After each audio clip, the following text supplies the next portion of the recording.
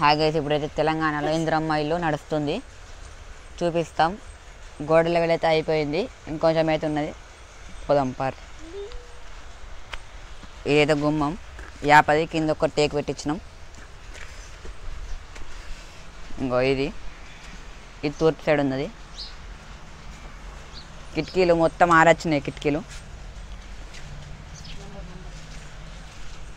ఇంకో ఇక్కడ కిటికీ, ఇది వంటగది.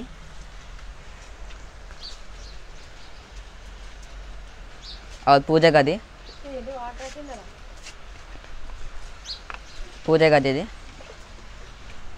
ఇది మాస్టర్ బెడ్రూమ్. కింద భీములు పోసి కట్టారు మొత్తం. కొందరు బేస్మెంట్ కడతారు కదా, భీములునే బేస్మెంట్ రెండు కలిపినాం. ఇది బాత్రూమ్. ఇకపోతే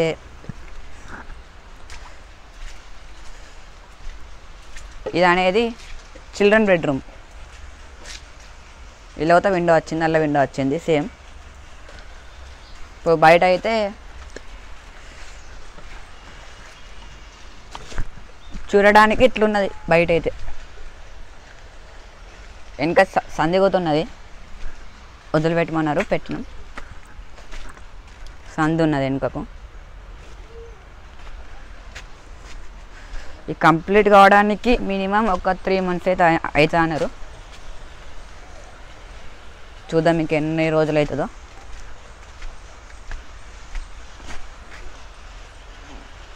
ఈ తూర్పు నుంచి ఇట్లా ఉన్నది. ఇక్కడ బాత్రూమ్ వస్తుంది మెట్ల కింద.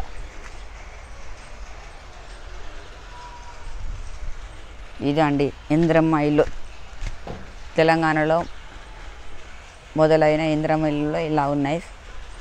ఫస్ట్ బిల్ అయితే వచ్చింది, సెకండ్ బిల్ కావాలంటే గోడలు మొత్తం లేవాలి. ఓకే అండి, బాయ్ బాయ్.